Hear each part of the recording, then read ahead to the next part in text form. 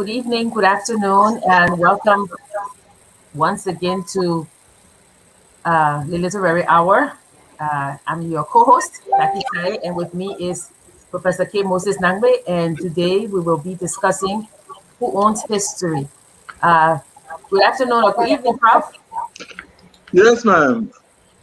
Good evening, and I'm glad to be here as usual.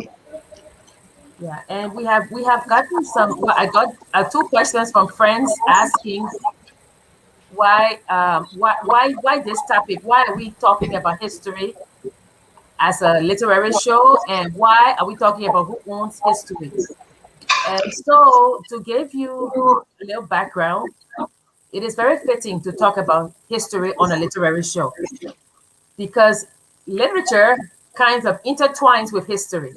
Historical narratives and the setting of historical novels, you have to have accurate knowledge of history, or at least some knowledge of history. And so today we will be discussing history, but we'll also be discussing the skills that are needed to be able to evaluate.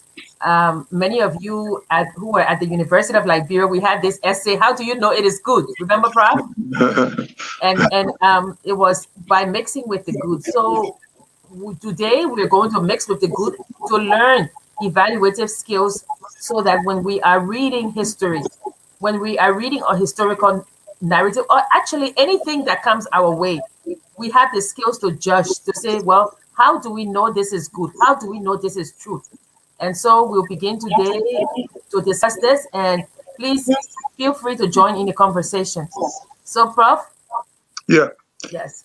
Uh, the One of the things we continue to emphasize is that literature and history are key components of the human narrative. History, at the heart of history, is a narrative, is a story that is being told. Except that in history, as Aristotle, one of the great Greek philosophers,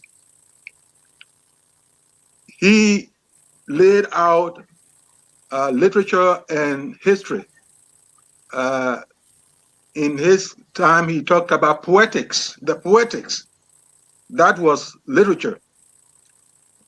And he said that literature, well, he tried to compare both history and literature, and he said that literature was more important because it often gave the artist a wide expanse of a field to develop characters and what have you. And yet he did not trash history completely, because history has its importance, which is that with history, there are known characters, there are known places, and there are known settings and what have you. So as we begin this session, we have to keep in mind that history is a narrative, except that history is real or ought to be real. So it is the fact that history is a narrative that we see a kind of link running between both literature and history. How history is constructed, stories are also constructed, except that one may be a little contrived, the other may be real. So they are both. You talk about a shadow and a day. You Yeah. talk about a night and day. All these things are part and parcel. So please keep in mind that it is relevant here for us to talk about history. And yet, we say that historians, or those who write history, are not free from their biases, and we'll come into that. But when we talk about critical thinking, I always say that, it's very simple. It's almost like, if you take aside the big words, it's saying okay, I like palm butter. So when you're eating palm butter, over the years, you have acquired a taste for palm butter. So when you're eating it, then you say, how do you know it is good? I know it is good because over the years, I have my taste buds have experienced a lot of palm butter, and this is the one that I know. So I have my criteria to evaluate how it tastes. So it's almost like that when you're evaluating literature or when you're reading history. You know, so I always like to quote Socrates, who says, "I can teach you nothing. I can only teach you. I mean, I can only make you think, but I can't teach you anything." You know, and so this idea of questioning things. You know, how do you know it is true? You know, we question things, so we say, "Oh, my mother said it, so it must be true," because the criteria is my mother does not lie. You know, so based on those things, we evaluate truthfulness or dishonesty. So if we're looking at history, right? Because we see that a lot of times people takes snapshots of of historical writings to bolster their claim, to say, oh, this must be true because this is it, leaving out the context of what they're reading, putting a page or putting a paragraph, you know, and not the entire book, to say, go and read this book, you know, or even evaluate the author. So in this day and age of, there's so much information out there, you have to hone your skills. You have to have critical skills to be able to say, look, I'm reading this, but this is what I know, you know, and I think that many people, I'm included, we still have to hone our skills on trying to be able to evaluate a piece of writing, especially historical writing, to say, how is this, you know, how. What is the veracity? What is the veracity of what you're talking about? The selectivity can be dangerous. Selectivity can be dangerous. So that someone who is preoccupied with the truth must try as much as possible to do what is called triangulation, which is you take a specific subject, you take a specific theme, and within the context of history, you want to know how true that particular piece of history is. So then you have to tap into a number of sources to see how many of the sources can corroborate, Yes. can match what you are talking about. If you say that in 1847, someone killed an elephant, a very well-known hunter killed an elephant, and you describe the size of the elephant and all that kind of a thing, there must be a group at that time that should be able to corroborate, to confirm, to affirm that particular incident.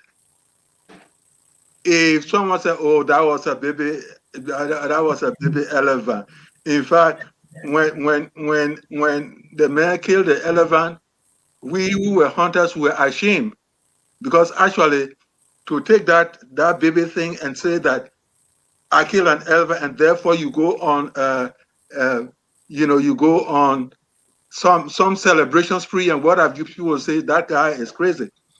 So short of the long is that you have to be able to find as many sources as possible that can affirm what the thing is. Before I turn the thing over to you, the mic over to you, my grandmother, that is why you understand why I brought in the elephant. My grandmother, she was unlettered, but of her generation, they will find something significant that happened that year. And every time I ask her, how old are you? She will say, I don't know that, but I know the year I was born, this particular hunter killed an elephant, and that was a big thing. So what did I do? I got to a point where I was able to identify 2 or 3 people who were lettered, and they knew about that particular incident. And they kind of confirmed that. So I knew that my grandmother was born 1912. So these things happen, yes. Yeah, it's almost like when because there's some portion of history that it's just there. You know that this is correct. Yes. Because I was reading about the first group of settlers who came, right? Yeah. And it was just a narration of it. Yeah. Yeah. These are the amount of people. These are the people who died. In fact, when there was a year when they started to talk about, so many people came from Maryland to Liberia. Yeah. So you know that it's factual. In fact, if you look at Cohen, he talks about, Caldwell. When Caldwell was established, Yeah. there's water that runs through Caldwell. So you have Upper Caldwell and Lower Caldwell. So you know that those historical things, they're just okay. They're just historical things, and so they are very objective. You know that this is factual. You know, but when people start to talk about, in fact, we had a debate about Matilda Newport. Uh-huh. Remember, did Uh-huh. Matilda Newport exist? Yeah. Did she really use the cannon? So Yeah. those things then become, it's what we know, factual. Yeah. And that's where we get this gray area of how do we put history together that makes sense to Yeah. us. Yeah, Coherent. yeah. Mhm. And so then, That reminds me of Maurice Holbach's concept of collective memory. collective memory, yes. Collective memory can also play a very important part in the evidential part of history. Yeah, We talk about collective memory, so many things. For instance, we talk about the loan scheme of 1871, in which E.J. Roy was involved. We talk about the 1970s. Even let's go back to a pop culture type of thing. How many people know about when Yakpa Yakpa was someone who was a hunter, okay. and apparently his there was some uh, domestic dispute, and so he went on a killing spree, killing his wife, and it got to a point that it was in the early 1960s, and Yakwa went haywire, and they wanted to apprehend him and bring him before justice. And it took long time before Yakwa was caught.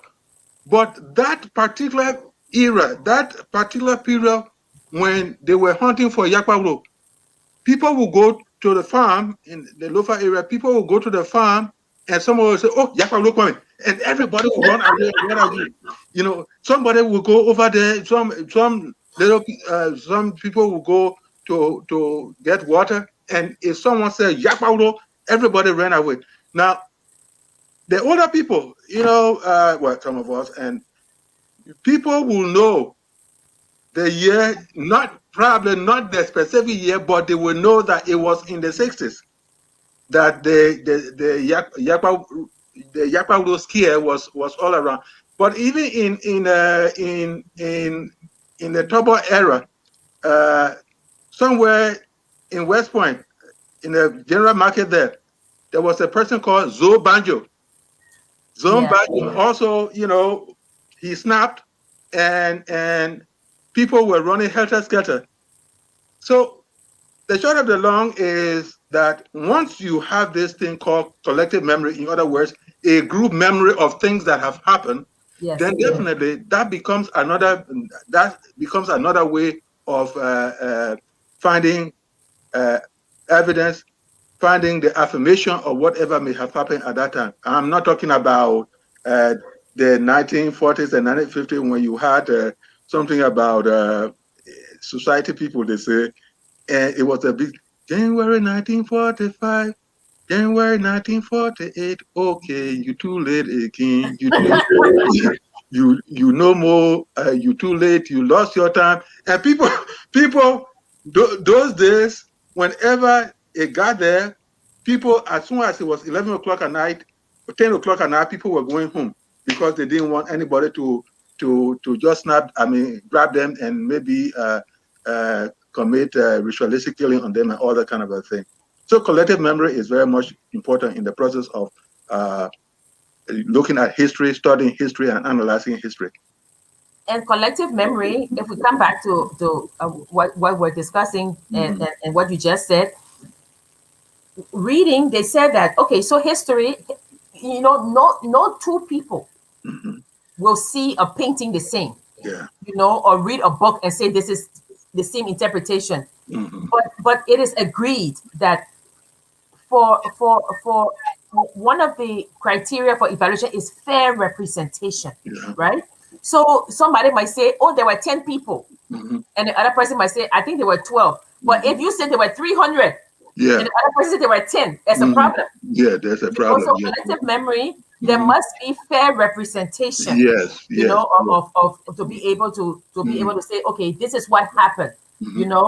So the witnesses must agree on a basis. Yes. You can't say it happened on a Sunday and the other person said, no, I was going to work on Monday when it happened. Then you start to And then another one is what is it called? What's the one you call? Principles of natural justice. You're the lawyer for principles of natural justice. So the person who's writing the book must not have a vested interest. That's must not be a revisionist to say, oh, I need to rewrite this thing. Because probably what was written first was embarrassing. Yes. Because it was unflattering, and since it was unflattering, I have to make sure that I make it a little flattering as opposed to being unflattering. And revisionist, look, history is very important. Noam Chomsky said that the world is in danger of two things, right? Nuclear annihilation or climate decimation, right? But then Vijay Prashad said, oh, no, there's a third one, which is this toxic environment that we live in now. It's so toxic that people are bombarded with information and people can decide which information they can use to justify what they want to do. So selectivity comes into the picture again, yes. Which is a very dangerous thing because you and we discussed this the other day that actually history can be weaponized. And history can be weaponized to turn groups against each other. So the revisionist rewrites what happens or reinterprets how it happens, and then says, oh, you see, this group did this thing to this group. It no longer becomes one person from this town killed this person. It becomes this group. So you rewrite history, you weaponize history, which can be a rallying force to take people along to maybe fight the other town or the other country. So history can be weaponized. That is why in the study of history, one has to think about a few concepts. One is integrity. The other aspect is perception. If you have a perspective, that's slightly different, but a perception is a deep-rooted type of contriving to make something in your own image. That is what it's going to be. So a good historian has to think about what you say about fair representation. Fair representation, yeah. Okay, you have to get away from a strong sense of selectivity, which brings in this perception and that sort of a thing. Yet at the heart of it has to be integrity. So that, for instance, this guy whose work you sent, which is McCullough, Behan McCullough, he points out that at least beginning from the preface of that person's work, you will get a sense of whether this person is going to be true to something that he is talking about. Yes. If because the preface is supposed to provide a plan of the work that this person is embarking upon. If there's something wanting in the preface, then definitely one has to raise a red flag with regard to whether or not the individual reader should really go on with looking at the book. So now we have two criteria. We have collective memory. Yes. And then we have fair representation. Yes. And then, of course, we said that the principle of natural justice comes in, because you must not benefit. You can benefit financially, I guess, but you must not benefit from rewriting history, from reviewing and trying to change history. And that's why it's so important that if somebody says this happened, we say, where is the source? Yes. What's the evidence? Yes. Do not give me a snippet and say, oh, this happened because John Brown says so. It's one thing to say, oh, this is the best, like I said, palm butter I've eaten. But when you come to historical things, there must be an agreement on the basic principles. Like we said, it can be, oh, she had on an earring. She didn't have on an earring. But if you say, oh, she's white, if I say, no, she's black, there's problem there. There's problem there. And we talk about history being weaponized because, of course, if you look, as we saw in a Rwandan genocide, there were already festering animosities, rivalries, But when they say, "Oh, this is what happened, we need to revenge," then it comes that the Radio Kigali, of course, decided to play it, So remember that time. So then they galvanized an entire group of people. So we say history. So can we say history is only as objective as the writer wants it to be? Yeah. Okay. Yes. But that doesn't even justify it, though. History is as objective as the person wants to. That doesn't justify the stupidity of the what? Of the revisionist path of the narrative. You've got to. I don't know about other people. You have to be able, except that you write that one book and you never write again. If writing is supposed to be your lifelong type of thing, then you've got to be careful about integrity. Yes. If someone reads your book and sees that you've gone haywire in terms of being being partial and all that kind of a thing, somebody else will say, forget about that thing there. Even let us not even talk about a whole book. Talk about an article, talk about an essay. If one or two people every now and then see that you are someone who disrespects the truth, then definitely there's something wrong. So one has to make sure, as we're talking about fair representation, the principles, and you talk about integrity, paying attention also to the perspective as well as the perception, then there has to be something that people have to kind of hold you to. And that's why citing sources, they're so very important. Yes. They are so very important because you need to know to say where. And you and I were discussing this when we're talking about, I think Doris Bank Henry's and Richardson's book. See, that's why, Prof, I love to read historical writings, letters and journals and diaries. It's true. It's true that sometimes these people themselves, you know, they leave things out. Yes. But I feel like this is when it's so very it's so very, it has to be factual, because if you look at it, there is right for us to talk about that. She said they said that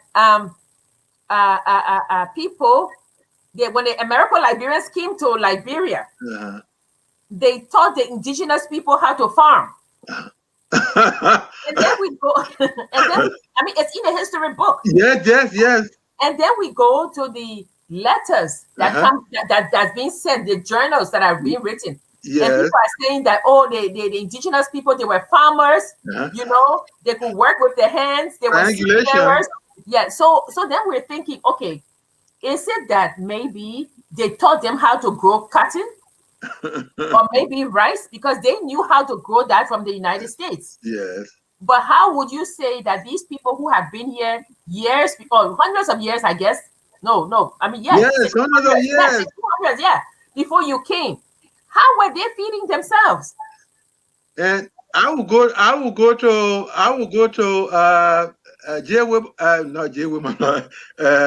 Edward Wilmot Blyden. I will go to Edward Wilmot Blyden, who kept beating this into their ears that these people are people of the earth. Yes. The indigenous people are people of the earth. If only we could get around them, and they will teach you what nature teaches us.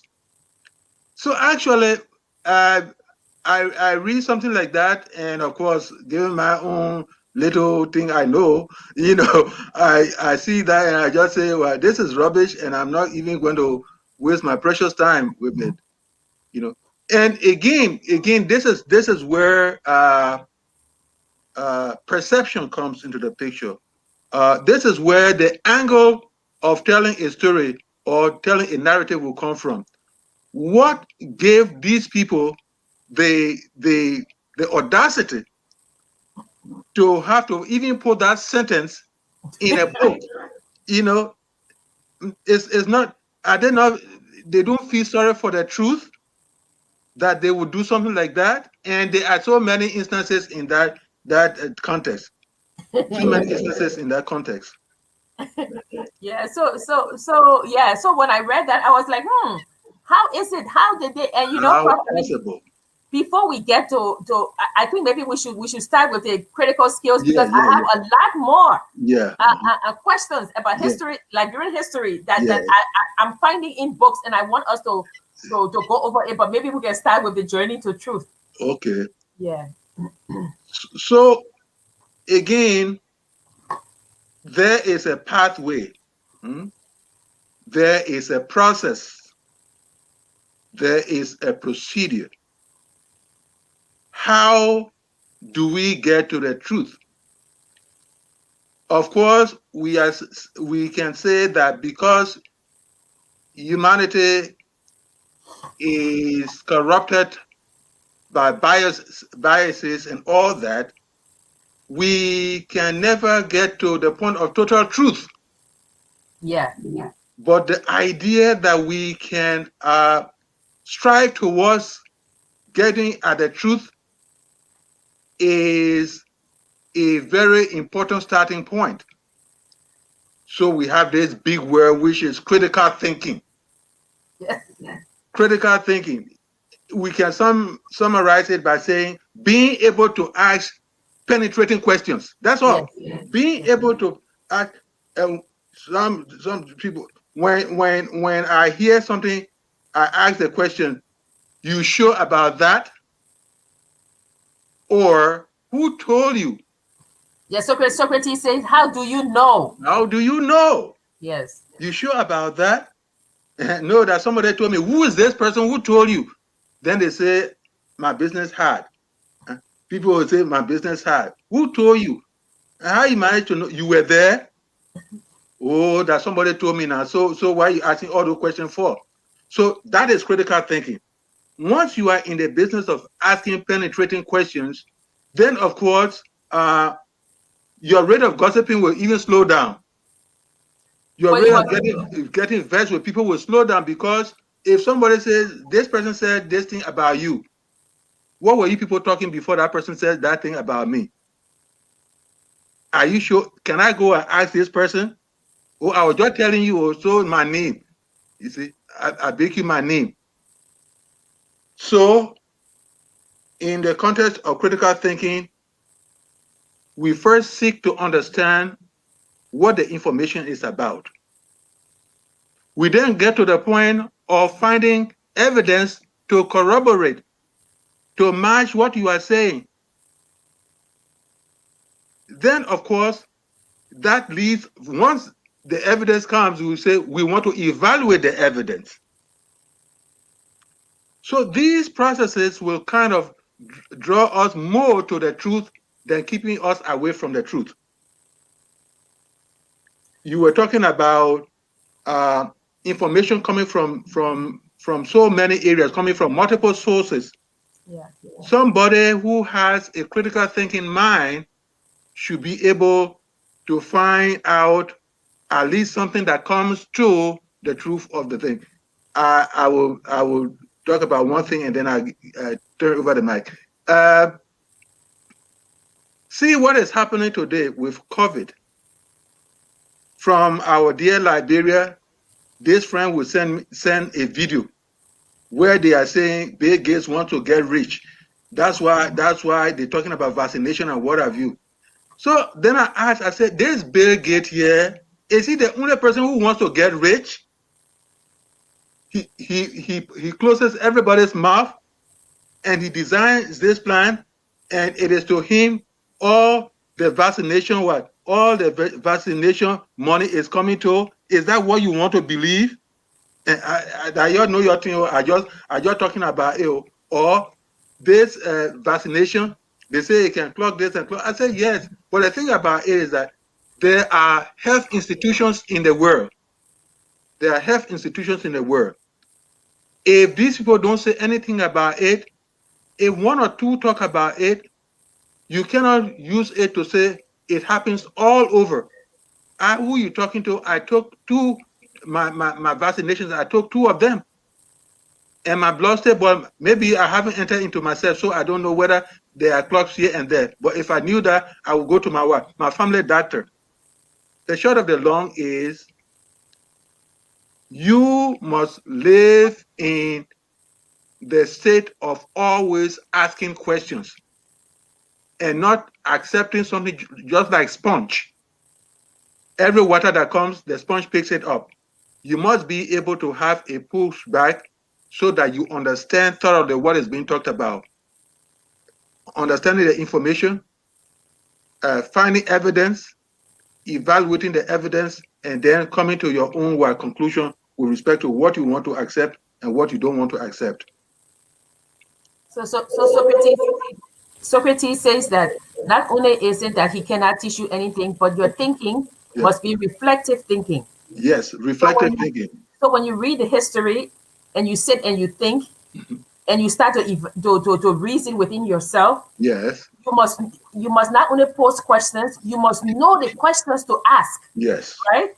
So now we come to several. So under reasoning, right, we have evaluating, we have problem solving, decision making, and analyzing. All of these make up skills, right? Yes. So if we are evaluating history, right, we'll come back again to the 3. So we have fair representation. Yes. Right. Okay. First and I will keep repeating this. First, we have collective memory. Yes. People must agree on the things that happen. Mm-hmm. They may not agree on how many people, but if they say there were 10 persons and somebody said no, there were 200, there's a problem there. But fair representation. Yes. Collective memory. Yes. Right. And then we have principles of natural justice. You must not benefit from rewriting or retelling the story, right? Yes. So now we have all of these things, and we come and we talk about the farming in Liberia, right? We talk about the farming. And there are so many, because even when you're reading some of the journals and things, there are people who are saying, oh, the Kru people were very difficult, right? Mm-hmm. And then you have some other people saying, oh no, these people, they have very clear idea of democracy and right and wrong. So then you say, okay, because really these two people, they differ in their interpretation. Yes. They are not rewriting history for any benefit of their own, but it's their interpretation. Yes. Right. So I wanted to read something that was very interesting, and then we can discuss it. And it's very interesting, Prof, because then we come back to the meaning of definition, knowing the questions to ask. So the author, right? We're talking about Cohen, Alex Cohen, right? And so he's writing and he's narrating, and we say sometimes numbers don't, people don't normally fudge numbers because you can find out, right? So he said the first immigrants, 86 in number, to Africa from the United States, they went in 1820, right? Yes. And I was able to ascertain that because it's in the American Colonization Society law, right? Yes. Okay. He said the proportions were 86 from the free states, 18 from the slave states. They all landed at Chevron. Okay. 10 of them returned to the United States. 17 died by fever. Okay. 24 settled in Sierra Leone. Okay. 35 moved down to Monrovia in 1822. Okay. Right? He goes on. He said up to July 1827, 655 immigrants had gone from the north and the south to Liberia. Okay. Okay, so he goes on, but a very interesting thing, and we come now to interpretation, and he says, in 1851, right, he says 675 went. In 1853, 783 went.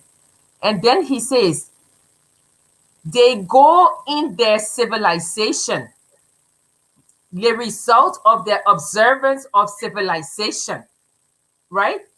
And you and I talked about that. We talk about the fact that what does civilization mean? Yeah. Right? So if you are writing a book, let's say a journal, let's say these 82 persons went to Chevron Island and some came to Liberia, right? Yes. And they are writing back to the people in the United States. Yes.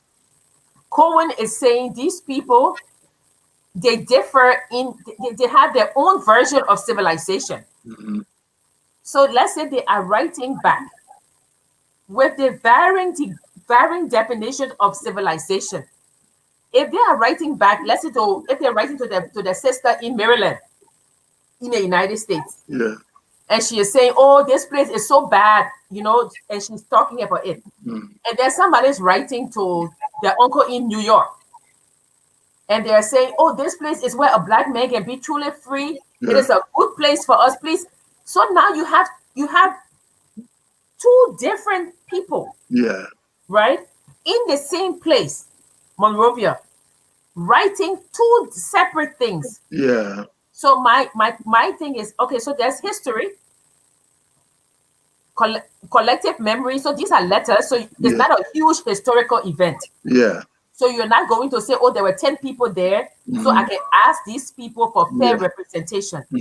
In that case, what then does fair representation mean if these two are writing totally different letters?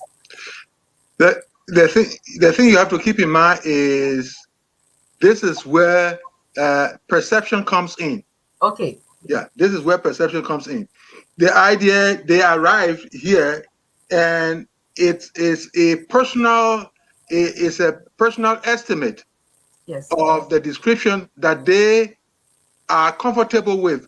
So here they are not, in a sense, embellishing things.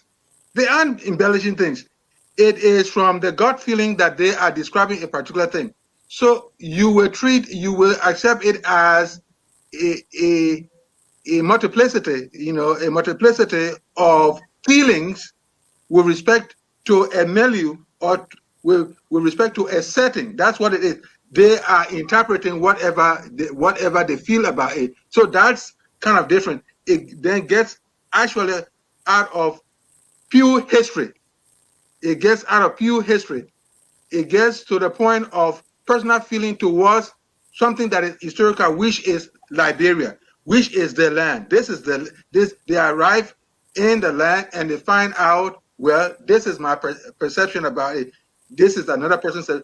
If we want to kind of draw something from there, maybe we want to look at five letters or five diary entries, and then we can say, well, it looks like most people found that place good, or it looks like many people found that place good, and that is where giving the evidence will come in. For instance, I look at the work of 10 people, and I found out that 6 or 7 of them thought this land, no matter what it is, the idea that they were free to come here, the key theme of what they are saying is that it is good to be free. I'm reminded of Sekou Touré when the time for independence came. What did he say? He said in substance, it is good for me to be a king in servitude than to be a slave in what? In the same servitude. That goes even to John Milton, Paradise Lost and Paradise Regained, where he talk about devil is thrown down from heaven now, and he said, well, God, you can take your heaven. It's better for me to be what? A master in what? In hell than to be what? Than to be a slave in heaven. That sort of a thing. So short of the long is that you want to look at the connecting thread, which is this thing about how did they what? How did they appreciate the land? What was their thoughts about the land? Did many people say, well, it's better to be free because all that thing in America where people will be hunting you and brutalizing you and even lynching you, it cannot happen in Liberia. And that's the only thing we thank God for. So triangulation becomes very much important, and the theme, being able to find a theme to work with becomes very much important. So actually, if we're writing a historical novel or something, it means that the letters that people write, during that time, it depends on what kind of history you are writing. Yes. Yeah, because if you're writing about a significant historical event, yes, you have to look at those 2 letters and say, okay, did they mention it?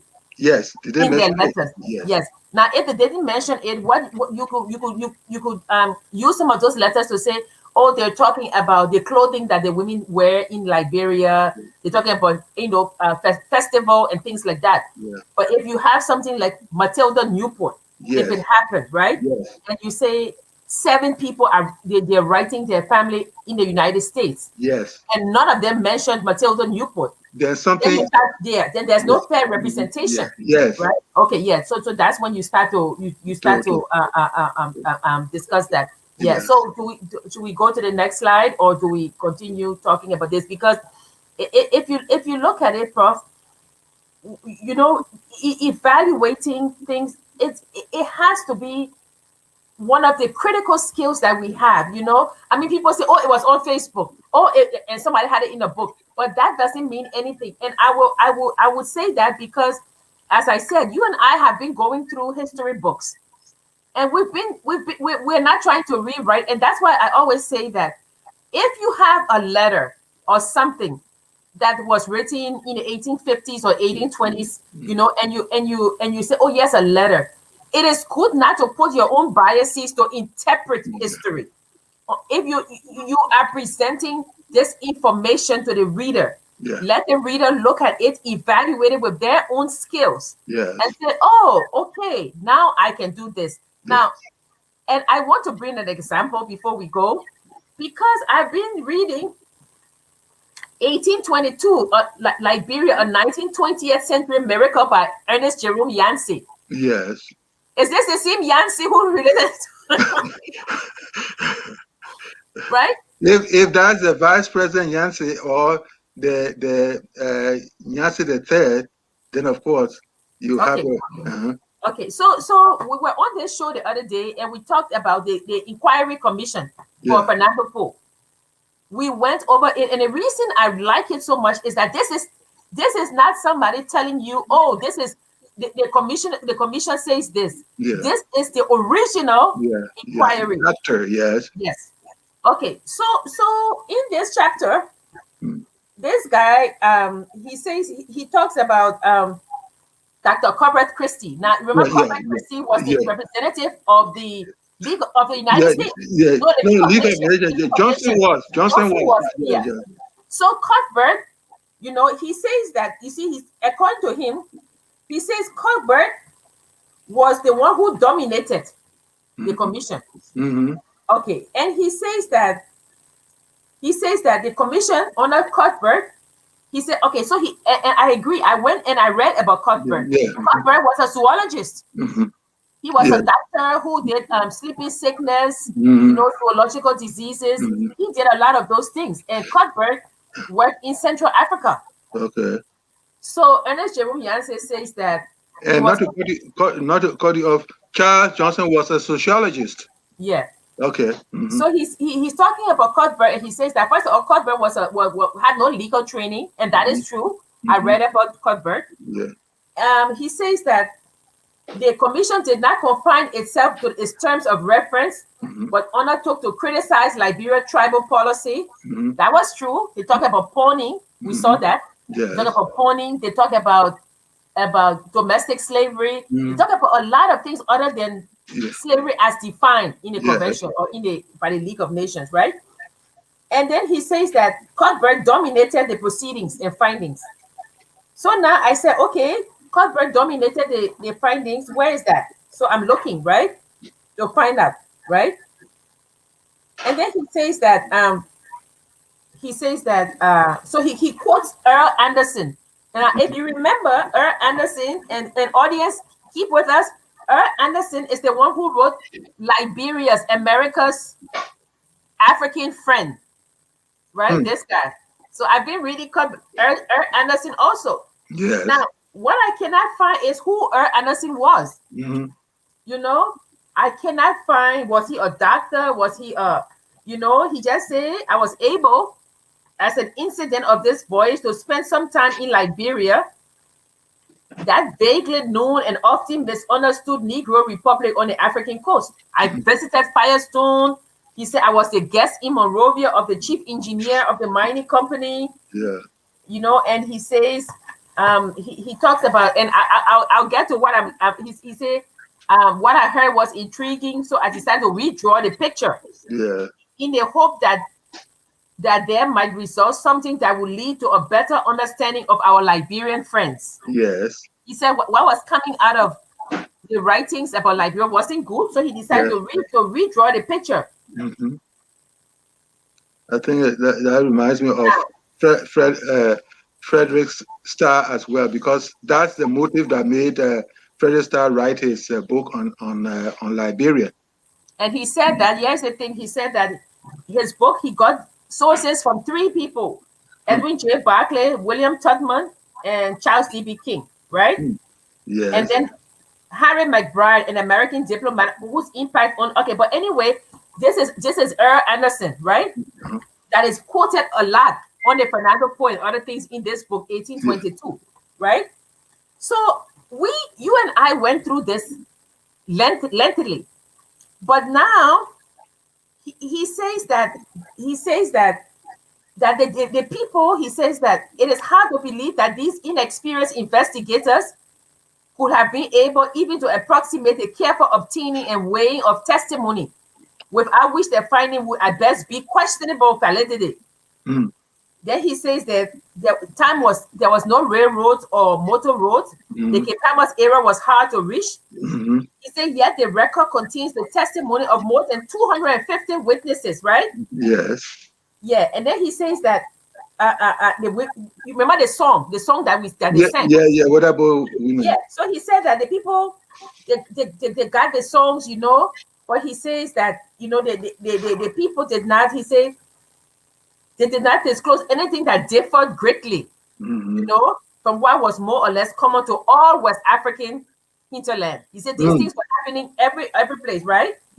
So he says that, and then what was the vice president name? Anthony W. Gardner. He says that Gardner name was mentioned in a report. was only Vice President Yancey's name was mentioned in the report. Now he says that okay, there were a lot of people doing what they said they were doing, but Yeah. why was Vice President Yancey's name only there? And he says that because Yancey's name was there, that's what they said. He that the slavery got the support of the highest officials. So now, so what he's saying that is that he's saying that actually the report was biased, Okay. and he said that Cuthbert even wanted to give even harsher punishment to Liberia, but Johnston was able to prevail. Now I'm reading this book. I'm looking at the You see what's the name of the book? Liberia, a 1920th century miracle. Okay. Okay. And the writer? Ernest Jerome Yancey. Okay. So now I'm thinking, okay, if we look at it that way, and we look at the commission and we say that, oh, this is what's happening, then we come back to the principles of natural justice, right? That says that no one shall be a judge in their own case. Now, I don't know. I'm sure they were related, but you say who and who are related? Allen Yancey, who was vice president, Yeah. and the author of this book. But he's the author of the book. Oh. Yes. Okay. No. This book is by Ernest Jerome Yancey. Well, what is the guy's the Yancey? Allen, wasn't he Allen Yancey? No. Or they changed their names. But what I'm saying is that in the principle of natural justice, yes, you cannot be judged in your own case. Yes. Not even in a case, not even rewriting history to clear your family name or something. So that's what I'm saying, that when we're discussing who owns history, right? Who owns history is usually the victor. The victor, as Achebe says, unless the lions learn to write, the story of the hunt will always glorify the hunter. Yeah. Right. So this is the retelling. So that's why we always go to the primary sources. You know. Yeah. So do we have another slide that we could show or yeah. So Prof, evaluating. Yeah, we still going on with that. And here on the screen, you are talking about the compartments of evidence. Yes. You see that there are basically two types here. Logos being the scientific or objective evidence. Yes. So that in the case of objectivity, unless someone disfigures the photograph or plays with the numbers and what have you, we normally know that statistics, numbers do not lie. Yes. If it is a 4, it's going to be 4. But if someone, because of certain biases, wants to disfigure the numbers, then of course, that is where making sure that that number you see on the page is the number, or that number you heard is actually the number. So logos has to do with the scientificness of the evidence. It cannot be so easily destroyed.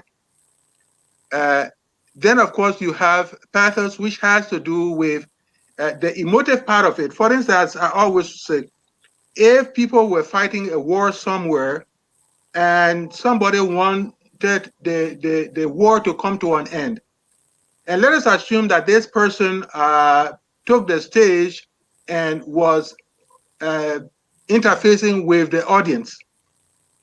The person who put charts on the screen, puts numbers, graphs, and all those things on the screen, probably it will be few intelligent people, those who are interested more in numbers than any other thing. They will take interest, academicians, they will take interest. But if that person talked about the charts and all that and brought the stories of people in body bags, brought in the photographs of people with amputated limbs and all that kind of thing, between the two, it is the one with the body bags and the amputated legs and limbs and what have you, that will easily arouse the interest of the people to say, no, our boys and girls or our men and women are suffering. Bring them home. Enough with your statistics and all that kind of a thing. Enough with your chat and what have you. But what we are seeing in here, especially so, even if it got to a point where because of the war, there will not be jobs and people are all lined up trying to get food and all that kind of a thing, it becomes a problem. So that pathos becomes the human story. First was the numbers, and then the human story gets there. Then definitely there is enough evidence to warrant the kind of ending of the war. So ethos brings in the concept of integrity.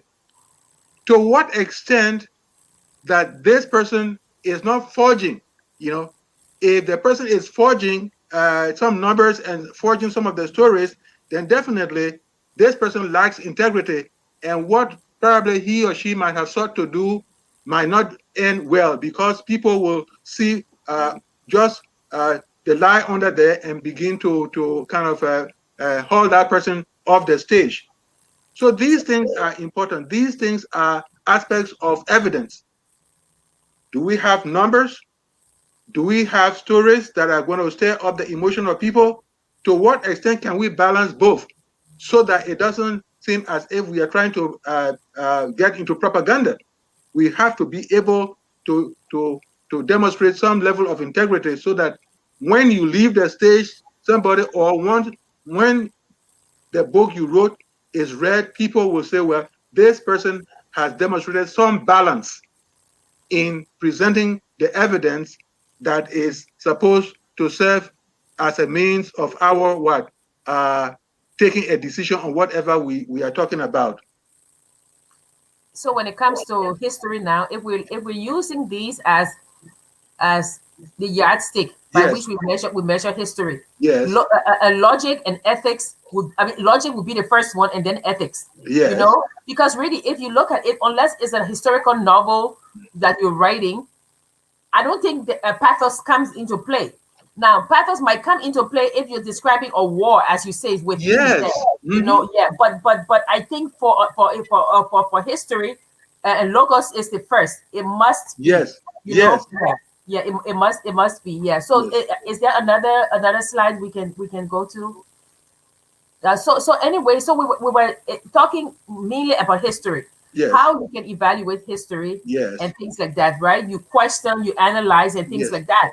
But you must know the questions to ask. Yes. If somebody says, "Oh, ask me anything," like many times I watched and the journalist in Liberia, and they say, and a person say, "Ask me anything," and they don't know the questions, and that's because they don't have the prior knowledge. Yes. Or they haven't done their homework. Like we say, if you're eating food, you have prior knowledge. You either say, I haven't eaten this food before, or you say, oh, this food doesn't taste like how palava sauce should be, because I know palava sauce, because you have built up this criteria by which you judge palava sauce. Yeah. So can we have the next slide? Or Prof wants to say something. Yes. For people in our audience who want to kind of refresh themselves, think about the processes of arriving at the truth. Someone provides you information. You want to synthesize the information, bring it all together. And then if there are potholes in the story, then of course you get to the point of questioning. You get to the point of questioning. And within the questioning, that is an element of analysis. In other words, when you analyze, you pull a concept apart into 8 small pieces. And then when you synthesize, you've understood the thing now, and you kind of bring it all together. And then there comes the point where you have to evaluate. In other words, determine the worth of the story. After you look at it, you analyze it, and what have you, and you bring it all together, then you say, is it worth my attention? Is it worth my attention? That's where the evaluation comes in. In other words, Here you are judging the importance of whatever you have come across or what have you, instead of just speaking in abstract and what have you. And then we come back to the question of why is this important? And we said that it's important because it's important for us to know our history in Liberia. Yeah. It is important for us to question so we know what we believe. You know, we know when somebody comes and say, oh, this happened, you can say, oh, it happened this way. Yes. You know, because the foundation has to be sure. Yes. Liberia must be built on a fair representation Yes. of our history. You know, I'm reminded of I think there was remember during the Iran-Iraq war, you and I talked about how this young girl went in front of Congress and she was talking about how that the soldiers took I think the Iraqi soldiers, right? They took babies out of the incubators and snatched them and took the incubators back to Iraq or Iran. And only to come to find out that she was the ambassador's daughter. She had never been to Iran for several years. You know, so you have to question. You know, it is not wrong to question. Yes, questioning it is not wrong to question. You know, it is not wrong to say, how do you told me this, how do you know? Who told you? And then you can say, oh, that person who told you, they are a liar because they have built a reputation. So if we are discussing Liberian history, we have to say, who told you? You know, it's like where did you read that? Yes, like some of the NGOs, you know, they are being funded by the very same companies that are exploiting the people, but they are being funded, you know, so they write these reports. We say, who commissioned this report? You know, and what is the objective of this report? You know, so people have to be very, very careful, especially as we say, in this day and age of so much information is being bombarded to you, you know, and so you have to always evaluate. Yes. So if we come to the next slide, if we can have the next slide, the next one, please, and then we can and talk about how important it is to have history. So if we look at storytelling, this is Achibi, right? He says storytelling is something we have to do so that the story of the hunt will always reflect the agony, the travail, the bravery, even of the lions. Those people who found themselves out of things embraced the new way because it promised them an easy escape from whatever constraints they were suffering under. But it was not necessary to throw overboard so much that was thrown overboard. It was not necessary. I think of the damage, not only to the material culture, but to the mind of the people. And then Arthur Schlesinger says, when history is truly personalized and clearly connected to an individual's experience that is vibrant and memorable, it naturally draws greater curiosity and understanding. It is useful to remember that history is to the nation as memory is to the individual. As persons deprived of memory become disoriented and lost, not knowing where they have been and where they are going, so a nation denied a conception of the past will be disabled in dealing with its present and its future. So that is why we're talking about history and the accuracy of history, the importance of history, the veracity of history. You know, how this history that we are building our nation's foundation on, how accurate is it? In us moving forward is what we are discussing. What you were talking about, especially looking at the two quotations, again it comes back to Edward Wilmot Blyden. He says, if you destroy the way of life of a people, you've destroyed the engine. You've destroyed the energy in the people so that they never so easily become themselves again. You know, so understanding the history of a people within its broad and narrow context and what have you is supposed to engender something of a set of goals of a set of motivations in that person to want to achieve more. That is why when you study and understand the history of this country or that country or this group and that group, it is something that can even stir up some inspiration in them. And if that is lost, if that history is lost, if they don't understand what their history is, it becomes a problem. And let me just add that every time we talk about history here, and of course we know that the context is Liberian history, it is not a good thing for people to go with the understanding that people want to whip up this and whip up that. No, it is more of understanding what may have been root causes of certain things, and then we come of age and want to make sure that we are, like the song often says, we will then decide to study war no more and that sort of a thing.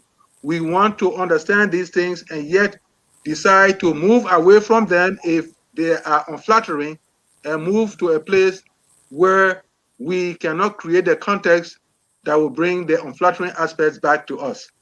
Hi, my name is Addie Tyler from Pennsylvania, and you're watching Focus on Liberia. Thank you, Abby. Yeah. Just how we say that history can be weaponized. Yes. History can be moved. I mean, can be used to move the people forward. Also, Yes. It can be want to rally the people together in a good way, not always a bad way. Yes. Yeah.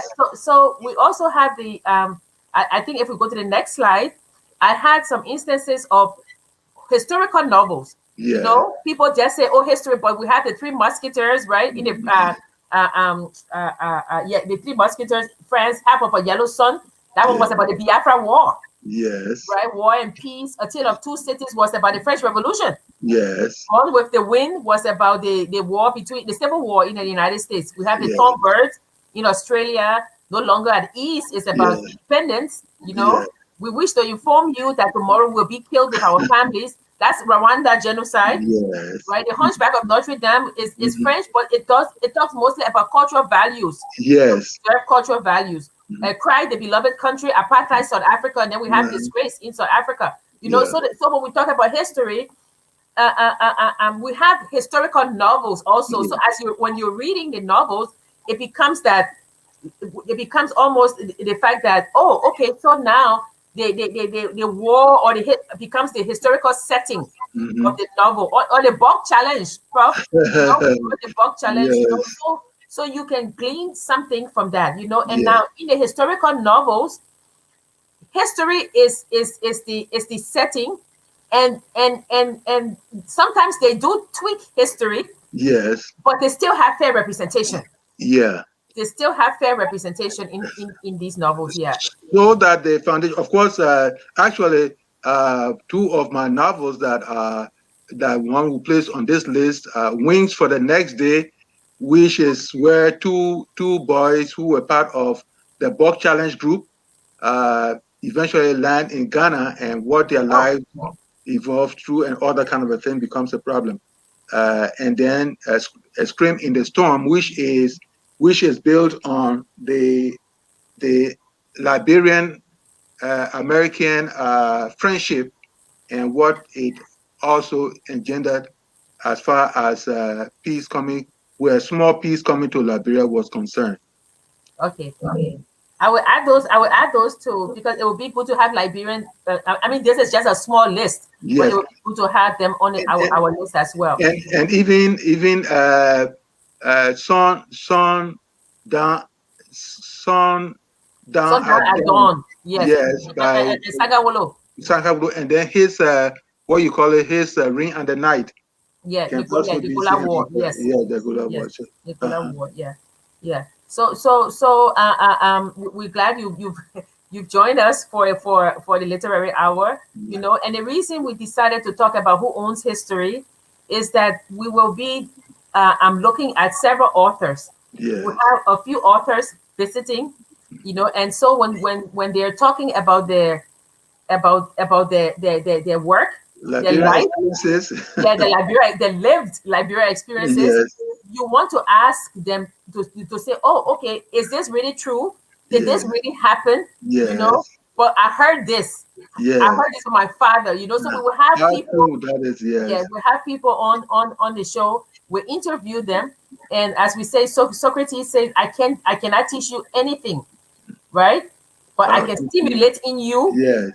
how to think. Yes. And then when you think, you want to when you have that reflective thinking, then you Yes. want to ask questions, you know, and the questions that you're going to ask must be questions that are born out of critical thinking skills, Yes. you know. So that's what we're trying to do today. We're trying to set the stage to say, okay, my people, join us.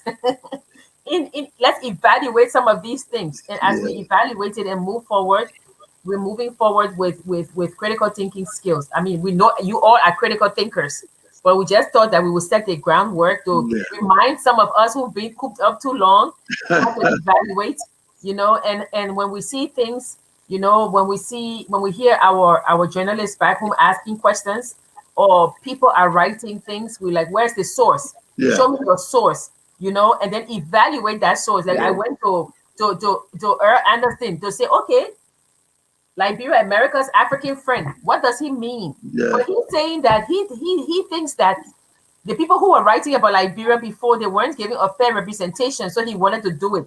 Yeah. I couldn't find anything about him, whether he was a historian or anything, Yeah. but I did find that it was published at the University of North Carolina, and he got, you know, but he's quoted extensively in the book as the one about the Fernando Po crisis. But as I said, we did the Fernando Po. We had the link for the inquiry commission report. You can read that and see, you know, and if you feel like there's a book that didn't do a fair representation, feel free to discuss those books. You know, we want to make make it more participatory. Yeah. We know that Friday is a very difficult time for you, so we might discuss timing and dates again. But for now, we'll keep it here. We will bring Liberian authors so we can discuss, you know. And like I said, we are your Socrates, if you will. No, so ask us anything, and then help us to ask questions to the viewers. I mean, the viewers, the guests that are on the show. So, Prof, closing comments before we take our leave. There were any comments today? Well, not many, but Okay. but I guess because they were doing reflective thinking. Okay. Yeah. So I mean, yeah. Oh, Daniel is from Sweden. Hi, Daniel. Oh my God. Oh, hi. Oh yes. Frances says she loved Half of a Yellow Sun. Yeah, I love that book. Okay. Yeah. That's The Black Mayflowers by a Liberian. Oh, okay. I didn't know that. Yeah, at 6 p.m. Okay, so maybe we could is I don't know if it's Victoria Raffo who did that book. We could have her on. Interesting. I don't know about that book. Yeah, but that's one definitely we should if any of you have written anything, or was it done by Jonathan Raffo? oh, maybe I don't know, but we will find Jonathan out. Yeah, is not alive anymore, right? I don't know, Prof. Okay. No, it was this big Black Mayflowers. ELTV personality. So Yes, I just want to see who wrote the book. It's written The Black Mayflower, Birth of a Nation. It just says Masala Raffo. Okay, Marcella Raffo. Okay, so maybe we will explore that and see. Yeah. Somebody said it's his brother.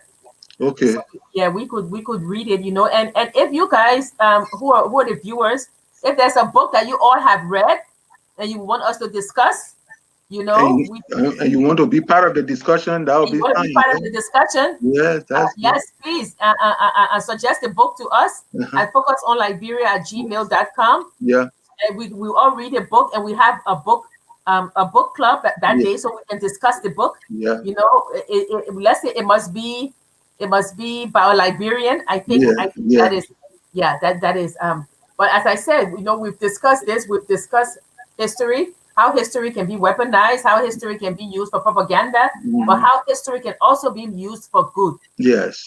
It can be used for good. And I always say that the common thread that binds all the 4 groups in Liberia, or now 5 groups, the diasporic Liberians, is migration. Yeah. Seeking freedom and a better place. So if we focus on that, we focus on all of us coming to this place. There's no rewriting of history. We all came to this place, and that would be the rallying history for us. So Prof, last comments.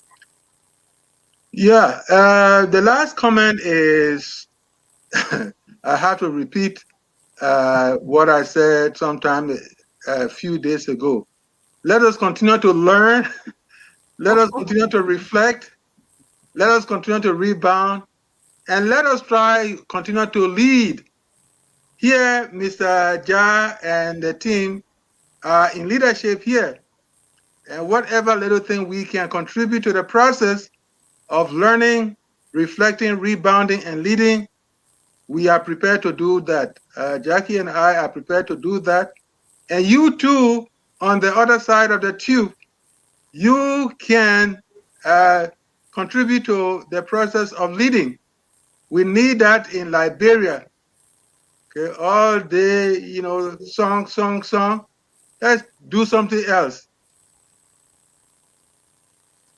Yeah, and Prof, when we started this thing about what Liberia means to you, yeah, a lot of people didn't send in their essays. A lot of people say, "Oh, but we know what Liberia means." But I just learned that in Ghana, there's a big project going on. Yeah.